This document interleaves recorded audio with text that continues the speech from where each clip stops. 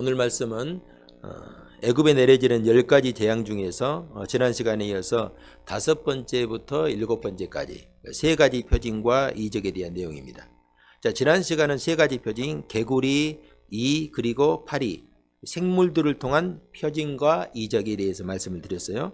그러나 이제 9장에서 이어지는 3가지 표징은 좀 약간 차이가 있습니다.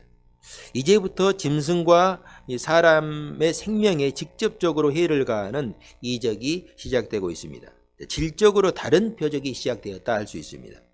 자, 다섯 번째 표징은요, 돌림병, 6번째는 악성종기, 3번째는, 7번째는 무거운 우박입니다. 자, 돌림병은 가축들을 향한 이적이고, 또 악한 종기는요, 가축과 사람들까지 향한 이적이고, 마지막 이제 우박은요, 가축과 사람과 생명이 있는 모든 것을 향한 이적이다 할 수 있습니다. 자, 지금까지의 표징은 생활에 불편을 주는 정도의 이적이었다고 한다면은 이제 5번째 표징부터 직접적으로 사람의 생명에 위협을 주는 표징이 시작되고 있습니다. 자, 이러한 표징의 변화는 다가오는 이제 남은 마지막 3가지 이제 표징이 얼마나 두려울지를 짐작하게 합니다. 오늘 말씀을 통해서 우리에게 주신 하나님의 음성을 함께 살펴보도록 하겠습니다. 자, 먼저 5번째 내린 표징과 이적은 들에 있는 가축들에게 내린 심한 돌림병이다 이렇게 말씀하죠. 자, 여기서 말하는 돌림병은 히브리어로 데베르라는 단어인데 우리가 생각할 때 역병 혹은 연병, 패스트, 흑사병 이런 전염병을 가리키는 거예요. 여러분 구약 성경에 보면요, 다윗 왕이 인구조사를 하고 나서 그게 하나님 앞에서 잘못된 일이었어요. 하나님이 굉장히 이제 노하시죠. 그래서 하나님께서 그것을 통해서 다윗을 이제 징계하시는데 백성들에게 언역을 내리십니다. 성경이 언역으로 번역되는데 그 언역이 바로 오늘 본문에 소개되는 데베르 전염병이에요. 이 전염병이 얼마나 치명적인 치사율이 있는지 그 당시에 하나님께서 내리신 그 언역, 이 데베르 전염병을 통해서 죽은 사람이 7만 명이었습니다. 그 7만 명이 죽었다는 것은 어마어마하게 죽은 것이죠. 여러분 가축 돌림병은요, 당시 애굽 사람들이 음란하게 섬겼던 아피스 신 그리고 히토르라는 신과 관련이 있습니다. 아피스 신은요, 고대 이집트에서 성스러운 서로 숭배되었습니다. 또 하토르라는 이 신은 사랑과 미의 여신인데 가축들을 주관한다, 가축들을 돌보는 신이다 이렇게 여겨졌습니다. 하나님은 이 재앙을 통해서 이 아피스와 하토르의 무력함을 드러내고 있습니다. 자신들이 섬기며 신성시하던 그 소와 가축들이 돌림병 앞에서 무기력하게 죽어가는 것을 보면서 이 애굽 사람들은 어떤 생각을 했을까요? 특별히 5번째 이적의 특징이 한 가지 있는데요, 이스라엘 가축과 애굽의 가축을 하나님께서 구별하신다는 것입니다. 애굽 전역에 전염병이 도는데 이스라엘에게 속한 것은 하나님께서 보호하신다 하는 것입니다. 여러분 결국 어떻게 되었어요? 6절 7절 한번 봅시다. 이튿날 여호와께서 이 일을 행하시되 애굽의 모든 가축은 죽었으나 이스라엘 자손의 가축은 하나도 죽지 아니한지라. 바로가 사람을 보내어 본즉 이스라엘의 가축은 하나도 죽지 아니하였더라. 그러나 바로의 마음이 완강하여 백성을 보내지 아니하니라. 자, 가축들에게 돌림병 재앙이 내릴 때 애굽 사람들의 가축은 다 죽는데 이스라엘 백성들의 가축은 죽지 않는 거예요. 전혀 이상이 없습니다. 어떻게 이런 일이 가능하겠는가? 여러분 돌림병이 돌고 우리 코로나 그리고 독감이 돌 때 그게 사람들 가리지는 않잖아요. 거기 안에 있으면 그 안에 바이러스가 존재하는 그 안에 있으면 다 걸리는 거예요. 그런데 어떤 일이 이렇게 가능하겠는가? 그래 바로는 이것을 이해할 수가 없는 거예요. 그래서 사람을 보내서 진짜 그런 거 확인했어요. 그거 어떻게 됐습니까? 하나님 말씀대로 이스라엘 가축들은 하나도 죽지 않는 거예요. 이것은 전적인 하나님의 능력임을 부인할 수가 없습니다. 그런데 바로는 마음을 더욱 완강하게 하였다 증거하죠. 자, 이와 비슷한 이 모습, 이 바로처럼 완강한 모습이 여러분 복음서에 자주 나옵니다. 특히 예수님을 대적했던 대제사장들과 백성의 장로들의 모습에서 그런 이제 모습들이 나와요. 또 한 가지 여러분 베다니에 사는 이 죽은 나사로에 대한 얘기, 요한복음 11장에 소개되는 죽은 나사로에 대한 이야기 우리가 잘 알고 있는데 예수님께서 죽은 나사로를 살렸어요. 그 죽은 나사로를 살렸는데 베다니에서 예루살렘까지는 그 거리가 한 5리 정도, 한 2km 정도 됩니다. 그러니까 예루살렘이 조금 약간 떨어진 거리라고 할 수 있어요. 그 소문이 순식간에 예루살렘에 퍼질 수밖에 없죠. 죽은 사람이 살아났는데 당연히 예루살렘의 대제사장과 백성의 장로들의 귀에도 들어갔습니다. 이에 대제사장이 사람을 보내서 확인하게 해요. 진짜 그런 일이 일어났는가? 가서 확인해 보니까 진짜로 죽은 지 사흘이 지난 나사로가 예수님의 그 능력으로 이적으로 살아난 것입니다. 여러분, 이런 일은 있을 수가 없는 일이에요. 그것도 죽은 지 4일이 지나서 무덤에서 부패하기 시작한 시체가 살아났다 하는 것은 이것은 하나님의 능력 외에는 일어날 수가 없는 이적입니다. 자, 그렇다면 이유는 오직 한 가지밖에 없죠. 하나님의 능력이 예수님을 통하여서 나타난 것입니다. 자, 그렇다면 예수님의 말씀에 귀를 기울여야 하는 것은 너무나 당연한 일이죠. 그런데 여러분, 이 대제사장과 유대인의 이 장로들이 어떻게 합니까? 그들의 완악한 마음을 더욱 완악하게 합니다. 눈에 보이는 이런 표적과 이적을 보고도 믿지 않겠다는 것은요, 그것을 보고 믿는 것보다 더 강한 어떤 결심이 필요합니다. 나는 절대로 믿지 않겠다 하는 어떤 내면의 고집과도 같은 것이죠. 여기서 한 걸음 더 나아가서 이들이 예수님을 죽이고자 합니다. 이대로 두면 안 되겠다는 거예요. 얼마나 어리석은 인생들의 모습입니까? 여러분, 만약에 이제 예수님께서 하나님의 아들이라면은, 또 그리고 그분이 하나님께서 보내신 그리스도라고 한다면은 그들이 무엇을 할 수 있겠습니까? 하나님의 아들이라고 한다면은 그들이 무엇을 계획하며 무엇을 이룰 수 있겠습니까? 갈릴리 바다에서 풍랑을 만난 제자들과 예수님의 그 모습에 대해서 제가 자주 말씀을 드립니다. 그 세차게 몰아치는 풍랑을 보고 제자들이 두려움에 빠져 있는데 예수님은 그냥 배 뒤편 고물에서 고온히 주무시고 계셔요. 제자들의 입장에서는 막 속이 막 터질 지경이죠. 제자들이 주님을 깨우면서 우리가 이렇게 죽게 된 것을 주님은 모르고 그렇게 주무시고만 계십니까? 하고 소리칩니다. 그때 여러분, 예수님의 말씀을 잘 우리가 생각해 볼 필요가 있어요. 예수님이 뭐라고 했어요? 믿음이 없는 자들아, 왜 두려워하느냐? 여러분, 이 말씀은요, 단지 제자들에게 너희들 두려워하지 말아라, 이 말씀이 아니에요. 죽을 땐 죽더라도 야, 너희들 좀 두려워하지 말고 당당하게 좀 살면 안 되겠느냐? 넌 남자답게 좀 당당해라, 이런 말도 아니에요. 여러분, 이 말씀의 의미는요, 굉장히 중요한 영적인 의미를 담고 있어요. 믿음이 없는 자들아, 왜 두려워하느냐? 아무리 거센 풍랑이라고 할지라도 예수님이 허락하지 않으시면은 어떤 일도 행할 수 없다는 거예요. 여러분, 풍랑이 예수님의 명령에 순종할 뿐만 아니라 예수님의 말씀대로 움직인다는 것입니다. 풍랑도 그렇고 마귀도 그렇고 사망까지도 예수님의 권위 아래 있습니다. 그런데 예수님이 허락하지 않으면은 어떻게 대제사장들과 백성의 장로들이 예수님의 생명을 해야 할 수 있겠습니까? 저는 우리 성도님들이 하나님을 대적하는 자리에 서지 않기를 주님의 이름으로 부탁드립니다. 바로는 하나님을 알지 못하니까, 믿지 못하니까 그럴 수 있어요. 그러나 주님을 믿고 따르는 성도들 역시 하나님을 대적하는 자리에 설 수 있음을 우리는 잊지 말아야 됩니다. 그래서 우리는 하나님을 더 깊이 알고 배우려는 그런 열심이 있어야 돼요. 어떤 것이 하나님이 기뻐하시는 일인지, 어떤 것이 하나님을 대적하는 일인지 분별할 수 있어야 하든지 말든지 할 것 아닙니까? 여러분, 그 방법은 다른 게 아니에요. 늘 하나님의 말씀을 가까이 해야 돼요. 여러분, 하나님께서 우리 인생들에게 주신 최고의 선물이 있다고 한다면요, 최고의 선물은 당연히 예수 그리스도겠지만은 그 다음으로 우리에게 직접 손으로 주신 최고의 선물은요, 우리가 가지고 있는 성경 말씀이에요. 이 성경 속에 하나님이 어떤 것인지, 진리가 무엇인지, 영원한 세계가 어떤 것인지 우리에게 주셨잖아요. 그런데 여러분, 이 말씀을 우리가 믿고 있으면서 이 말씀을 가까이 하지 않는다는 것은 우리는 무엇을 의미하고 있겠어요? 그렇기 때문에 우리는 말씀을 가까이 하고 읽고 묵상하고 말씀을 듣는 것을 즐거워하고 하나님께 예배하고 기도하는 자를 사모할 수 있어야 돼요. 그래서 이런 것들을 통해서 하나님을 더 깊이 알고 하나님께 가까이 갈 수 있어야 됩니다. 자, 8절에서 9절 봅시다.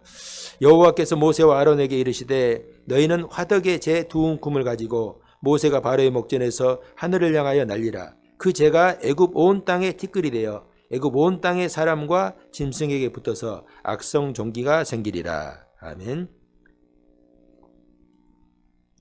자, 바로의 완악한 마음이 결국은 여섯 번째 표징인 악성 종기를 불러옵니다. 하나님께서 화덕의 재를 두 움큼 집어서 바로 앞에 하늘로 날리라고 명령을 하죠. 자, 이 재를 공중에 날리면은 재가 온 애굽 전역을 떠다니면서 먼지가 되어서 애굽 온 땅의 사람과 짐승에게 붙어서 악성 종기를 일으키게 될 것이다 말씀합니다. 자, 우리말로 이 악성 종기로 번역되었지만은 이 원문을 보면요, 홍역이나 수두처럼 물집이 잡히고 거기서 열꽃이 생기는 피부병, 아주 독한 이 질병입니다. 다섯 번째 재앙이 가축에게만 해당되었다면 이 재앙은 가축을 포함한 모든 사람에게 내리고 있습니다. 자, 이 악성 종기와 관련된 신이 이 애굽 사람들이 또 음란하게 생기던 이시스와 임호텝이라는 신이에요. 여러분, 이시스라고 하는 이 신은 여신인데 치유와 마법의 여신. 그리고 임호텝은 의학과 치유의 신으로 이제 애굽 사람들이 믿고 섬기는 그런 신입니다. 하나님은 이 재앙을 통해서 하나님만이 이 참된 신이시고 애굽 사람들이 믿고 따랐던 그 치유와 의학의 신들은 아무것도 아닌 우상임을 드러내고 있습니다. 자, 여기서 우리가 한 가지 중요한 것은 애굽의 요술사들도 악성 종기가 생겼다 하는 것을 드러내고 있어요. 자, 이것은 그들이 섬기는 신들이 자신의 제사장들도 지키지 못한다 하는 것을 고발하고 있습니다. 여러분, 자기 제사장들도 지키지 못하는 신이라면 누가 그 신을 믿겠습니까? 이것이 여호와 하나님과 이방신의 차이이고 진짜와 가짜의 차이입니다. 애굽 요술자들은 자신들이 악성 종기에 노출되니까 아무것도 하지 못해요. 이 제사장들이, 애굽도 요술자들이 자기들이 아프니까 신들도 아무것도 할 것이 없어요. 그러니까 자기가 약하게 되니까 신들이 힘을 못 쓰는 거예요. 여러분, 진짜 신이라고 한다면은 자신을 섬기는 종들과 이 요술자들에게 더욱더 강력한 힘으로 역사해야 할 것입니다. 이것이 하나님의 종들과 차이점이라고 할 수 있습니다. 하나님이 모세를 사용하시자, 여러분, 모세는 바로와 애굽 사람들 앞에서 신처럼 보였다고 했잖아요. 신과 같은 존재로 보였다. 이것이 다른 하나님의 종들에게도 공통적으로 신구약 성경에서 나타나고 있는 증거입니다. 하나님께서 엘리야 선지자와 함께 하시자 엘리야가 사람들이 그 선지자를 향해서 어떤 선지자라고 말했어요? 불의 선지자. 무슨 말이에요? 능력의 선지자란 말이죠. 하나님께서 바울과 바나바와 함께 하시니까 루스드라 지방의 이방 제사장들이 그들을, 바울과 바나바를 향해서 제우스와 헤르메스 신이 사람의 모습으로 오셨다 할 정도로 놀랐어요. 바울은 자기에게 임한 하나님의 은혜를 간증하면서 내가 약한 것이 곧 강함이라 이렇게 고백합니다. 그런데 애굽 술객들은요, 자신들이 약하게 되니까 아예 힘을 못 씁니다. 하나님의 사역자인지 죄의 종인지 극명하게 구분됨을 볼 수가 있습니다. 여러분, 우리에게 육신의 문제가 있다고 해서 하나님의 능력이 위축되는 법이 없어요. 목사가 뭐 약하다고 해서 하나님이 약해지는 법은 없어요. 오히려 하나님은 우리의 약한 모습을 사용하셔서 하나님의 능력을 드러내십니다.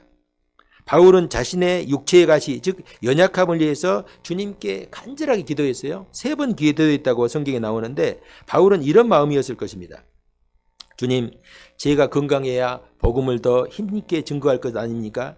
내 몸이 약하고 아픈데 다른 사람들에게 어떻게 힘있게 복음을 증거할 수 있겠습니까? 아마 이런 마음이었을 것입니다. 그때 주님께서 바울에게 뭐라고 합니까? 고린도후서 12장 8절 이하에 보면 이렇게 말씀합니다. 이것이 내게서 떠나가기 위하여 내가 3번 주께 간구하였더니 나에게 이르시기를 내 은혜가 내게 족하도다. 이는 내 능력이 약한 데서 온전해짐이라 하신지라. 그러므로 도리어 크게 기뻐함으로 나의 여러 약한 것들에 대하여 자랑하리니 이는 그리스도의 능력이 내게 머물게 하려 함이라. 자, 하나님은 약한 자들을 통하여서 오히려 하나님의 능력을 드러내신다 이렇게 말씀합니다. 하나님께서 40세에 혈기왕성했던 모세를 부른 것이 아니라 80세에 약한 노인 모세를 부르신 것도 같은 맥락에서 이해할 수가 있습니다. 하나님은 우리가 약할수록 더욱 크게 역사하심을 믿을 수 있기를 바랍니다. 우리는 연약하지만은 주님은 강하십니다. 우리는 부족하지만은 주님은 완전하십니다. 이번에 지금 독감이 계속해서 유행인데 뭐 얼마나 유행인가? 독감 증세가 있는 사람들은 되도록이면은 뭐 설 명절이라도 모인 사람들 앞에 가지 마라. 이렇게 이제 뭐 그렇게 조언하는 뭐 이렇게 뉴스를 본 적이 있는데요. 이번 독감으로 인해서 많은 분들이, 제 주위에서도 많은 분들이 어려움을 당하는 것을 봤습니다. 뭐 2주가 아니라 뭐 한 달 이상 고생하는 분들도 있어요. 제 주위에 가까이 교제하는 목사님 몇 가정이 있는데요. 이번에 그분들이 모두 다 독감에 걸려가지고 막 2주, 뭐 한 달 이렇게 고생을 하고 있습니다. 그런데 놀라운 것은요, 사모님들은 한 명도 독감에 안 걸렸다. 제가 이걸 통해서 깨달은 게 있어요. 여러분, 부부가 같이 밥 먹고 좁은 집에서 같이 사는데 목사님들은 다 독감에 걸렸는데 사모님들은 물어보니까 한 사람도 걸리지 않았다는 거예요. 제가 내가 이 얘기를 들으면서 깨달은 거 있어요. 교회는 목사도 중요하지만은 작은 교회일수록 사모가 더 중요하구나 라는 것을 깨달았어요. 우리 교회도요, 제가 아프면은 뭐 설교 준비하고 예배 준비하는 것만 조금 불편하지 다른 건 전혀 이상이 없어요. 내가 없어도 교회 잘 돌아갑니다.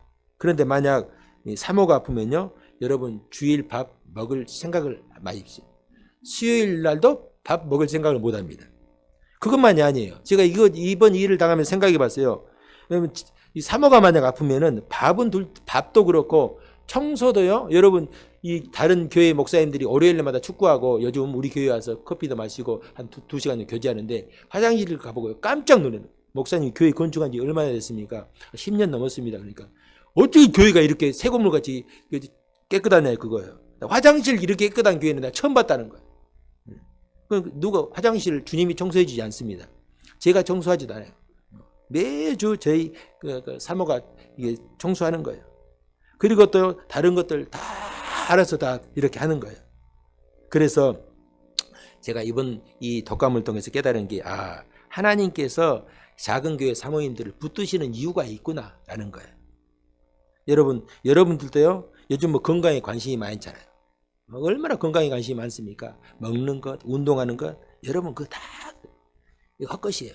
헛것. 조금 유익할 수 있겠죠. 그럼 제가 말씀드리다 가끔가다 말씀드리잖아요. 황수관 박사님 호호호호 웃으면은 아주 오래 산다 그러는데 금방 돌아가시고 없잖아요. 여러분 건강하게 오래 건강히 살고 싶으면요, 여러분이 하나님 앞에서 그리고 교회에서 저분은 없어서는 안 되는 분이다. 저 권사님은 없어서는 안 된다. 저 집사님 우리 교회 없으면 큰일 난다. 그럴 정도로 여러분이 교회에서 사명을 가지고 여러분이 한번 봉사해 보시기 바랍니다. 그러면요, 하나님께서 다 지켜주셔요. 왜? 그분이 없으면 교회가 안 되는데? 목사가 여러분 아파가지고 사고 나가지고 여러분 지금 10년 넘게 설교 한번 쉰 적이 있습니까? 없어요. 왜 그러겠어요? 저 교회에 목사가 한 명밖에 없는데 다치면 어떻게 예배를 드릴 수 있겠어요? 그러니까 하나님께서 지켜주시는 거예요. 하나님 앞에서 사명을 붙들고 살고 믿음으로 살아가면요, 하나님께서 절대로 쓰러지지 않게 하시고 넘어지지 않게 하심을 우리가 믿을 수 있기를 바랍니다. 우리는 연약하고 부족하여도 하나님께서 붙들어 주시면은 강하고 능력 있게 쓰임받을 수 있음을 믿을 수 있기를 바랍니다. 14절 봅시다. 내가 이번에는 모든 재앙을 너와 내 신하와 내 백성에게 내려 온 천하에 나와 같은 자가 없음을 내가 알게 하리라. 자, 쉽게 하면 이런 거예요. 6번의 표징과 이적을 경험했어도 내가 누구인지 모르겠다는 말이지. 지금 여러분 하나님께서 보여주신 표징과 이적은 딱 그 목적이 두 가지예요. 하나님께서 어떤 분인가 보여주시는 거예요. 그리고 또 한 가지는 너희들이 섬기는 그 우상들은 아무것도 아닌 가짜라는 거예요. 그런데 내가 지금 6번째까지 표징을 보여줬는데 아직도 내가 누군지 모르겠다는 것 말이지. 자, 이번에는 그러면 내가 확실하게 내가 어떤 존재인지 보여주겠다 하는 거예요. 자, 여기 보면요, 하나님께서 바로에게 7번째 표징과 이적을 내리시는 이유가 이제 소개되고 있는데, 온 천하에 나와 같은 신이 없음을 알게 하겠다. 이 무서운 말이에요, 여러분. 심판의 목적이 아니라 하나님을 드러내시려는 것이 목적입니다. 자, 그러면서 하시는 말씀이 내가 돌림병으로 너와 내 백성을 쳤더라면 이미 너는 죽은 목숨이다. 5번째 표징 돌림병, 그 6번째 표징 악질, 이런 것들로 내가 너를 그것으로 죽이려고 했다면 이미 너와 내 백성들은 다 죽고 없을 것이다, 그 말이에요. 너와 애굽 사람들을 심판하고 죽이려는 목적이었다면 돌림병으로도 충분히 멸할 수 있었다 하는 말이죠. 그러나 심판의 목적이 아니었기 때문에 그냥 맛배기만 보여준 것입니다. 그런데 바로는 이런 하나님의 자비하신 마음을 이해하지 못하고 오히려 그것을 악용하고 있습니다. 이스라엘의 하나님이 내리시는 이적이 좀 세긴 센데 뭐 견딜만 하네, 이런 지금 모습이에요. 그런 그에게 하나님께서 말씀하신 것이 바로 이것입니다. 내가 생각하듯이 내가 능력이 부족해서 이적을 그 정도만 보여준 것은 아니다. 여러분 이런 거예요. 집에서 가끔가다 이제 아이들이 어렸을 때 뭐 아빠하고 팔찌 맞아고 하는 그런 아들이나 딸들이 있잖아요. 그러면은 뭐 아빠가 팔찌 막 힘 주다가 져주는 경우가 있잖아요. 김정은 집사님은 져줍니까? 우리 김정은 집사님은 팔찌 많이 봤어요? 종민이하고? 기억이 없습니까? 하다가 아빠들이 이렇게 져줄 수가 있죠. 그러면요, 이 아이들이 마치 자기가 더 힘이 세가지고 이긴 것처럼 막 의스대는 것 같아요. 그러니까 아이들이니까 그럴 수 있죠. 그런데 만약에 다 큰 대학생이 그 아빠가 일부러 져줬는데 진짜 자기가 이긴 것처럼 막 이렇게 생각한다면요, 그건 어딘가 좀 덜 떨어진 아이라고 할 수 있어요. 여러분, 지금 하나님이 하시는 말씀이 이것입니다. 내가 지금 너에게 살살하니까 내가 교만해지고 있구나. 그렇다면 이젠 내가 어떤 존재인지 맛 좀 봐야겠다. 이제부터 내리는 표징과 이적은 내가 상상조차 하지 못했던 것들을 경험하게 될 것이다 하는 거예요. 자, 18절. 내일 이맘때면은 내가 무거운 우박을 내리리니 애굽 나라가 세워진 그날부터 지금까지 그와 같은 일이 없었더라. 자, 이제 하나님께서 우박을 내리시는데 이게 일상적인 우박이 아닙니다. 애굽이 세워진 이후부터 내가 듣도 보도 못한 그런 무거운 우박을 내리겠다 이렇게 말씀하시죠. 자, 여러분 여기 보면요, 우박을 보고 여러분 우박이 내리는 걸 혹시 본 적이 있겠죠? 우박이 내리면요, 우박을 보고 우박이 크다, 작다 이렇게 표현합니다. 근데 우박을 보고요, 무겁다 이런 표현은 여러분 사용합니까? 사용하지 않죠. 그런데 무거운 우박을 내리겠다는 거예요. 여러분 왜 우리가 우박을 무겁다는 표현을 사용하지 않느냐면은 무겁다고 느낄 정도의 우박은 없어요. 만약 여러분 우박이 제 주먹만한 정도의 우박이 내리면 어떻게 될까요? 밖에 세웠던 차들 다 부서지고 난리가 날 거예요. 거리에 주차된 차들 망가지고 막 난리가 날 것입니다. 유리창 다 깨지고. 그래도 여러분 주먹 정도의 크기의 우박이 내린다고 이 우박을 우리가 들고 야, 이 우박 무겁다 이렇게 표현하진 않죠. 그런데 하나님께서 무거운 우박을 내리겠다고 말씀하셨다고 한다면은 이 우박의 크기가 어느 정도 돼야 무겁다고 했어요? 사람 머리통 정도 되겠죠. 사람 머리통 정도. 그 성경에는 잘 표현했어요. 우박이 떨어지는데 우박이 맹렬하게 달렸다고 했잖아요. 여러분 작은 우박은 떨어지면요, 땅에 떡 떨어지면 또르르 굴릅니다. 그리고 그 자리에 있어요. 그런데 만약에 머리통만한 우박이 땅에 떨어지면요, 엄청난 속도로 떨어지잖아요. 떨어지면은 이게 우박이 달리는 거예요. 막 달리는 것처럼. 달리면서 치고 모든 것을 이제 부서뜨리겠죠. 이 정도의 우박이로 한다면은 거의 이것은요, 재앙이라고 할 수 있습니다. 그것도 그냥 우박이 아니라 여기 보니까 불덩어리가 섞여 있는 우박. 그 우박과 불덩어리가 함께 쏟아지는 것입니다. 상상하는 것만으로도 두려움이 몰려오는 표징이라고 할 수 있습니다.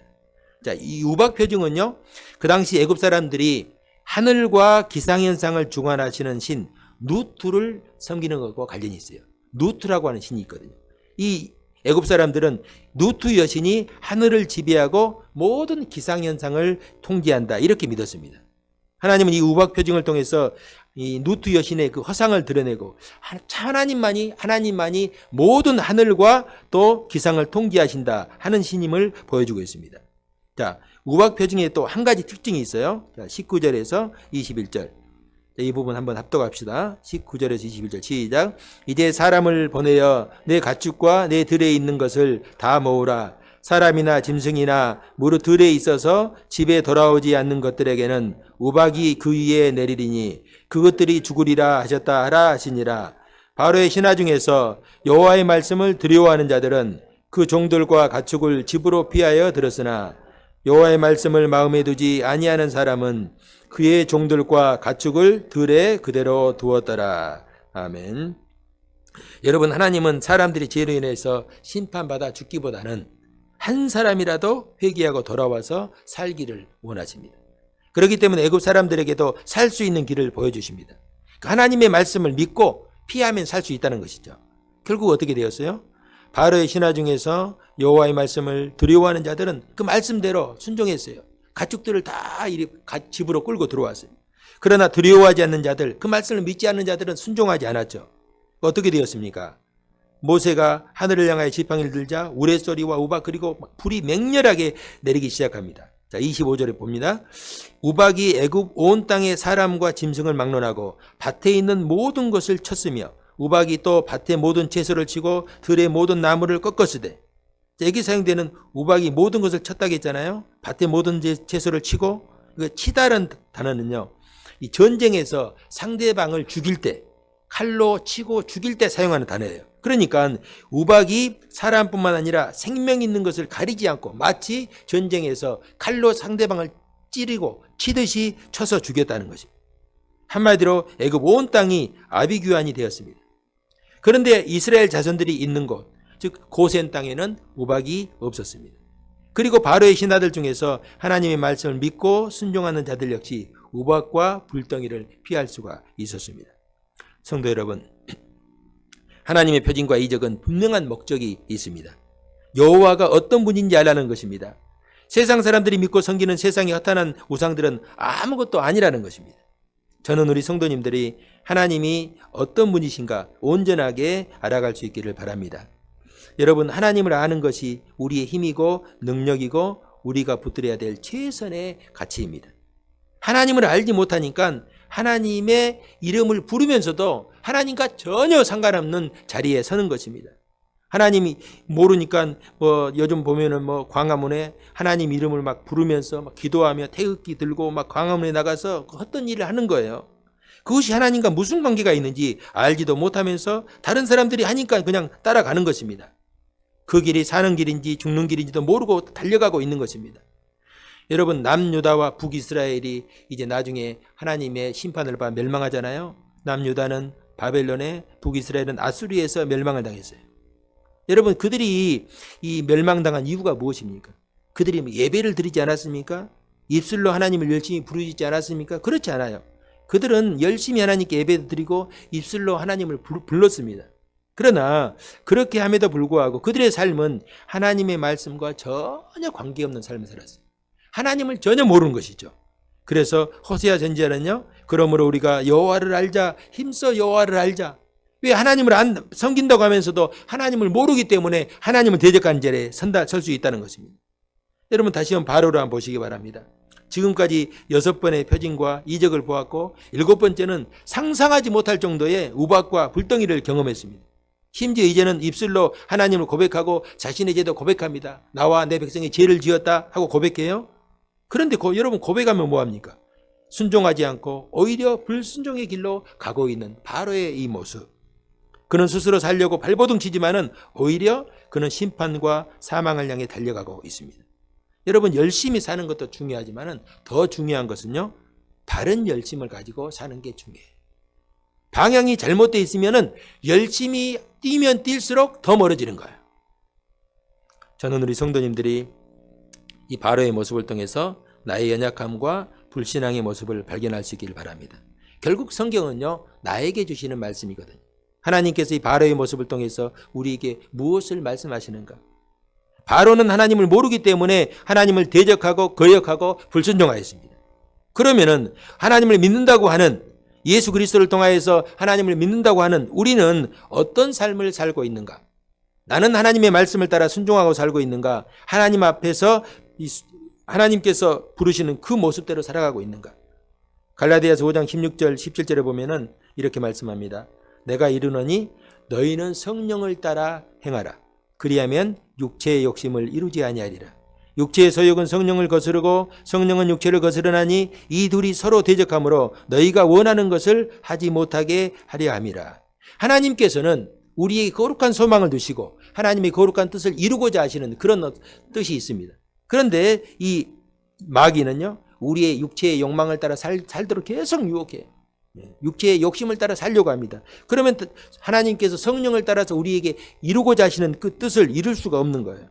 그래서 우리는요, 성령을 따라 행하려고 합니다. 성령의 음성에 귀 기울이고 그 말씀에 순종하려고 하는 결단이 필요합니다. 그래서 여러분, 우리는요, 하나님 말씀에 순종할 때 믿음의 결단이 필요해요. 우리 앞에는요, 두 길만 있을 뿐입니다. 하나님 앞에 순종하는 길과 하나님 말씀에 대적하는 길입니다. 목사님, 저는 하나님 말씀에 순종하지는 못해도 대적하지는 않겠습니다. 이렇게 생각할 수가 있어요. 여러분 천만의 말씀입니다. 그런 길은 세상에 어디에도 없어요. 믿음에서는 뭐 우측이냐 좌측이냐, 하나님이냐 마귀냐, 순종이냐 불순종이냐 두 가지만 있지 중간의 길은 없어요. 하나님께 순종하지 않는 길은 다 하나님을 대적하는 길이에요.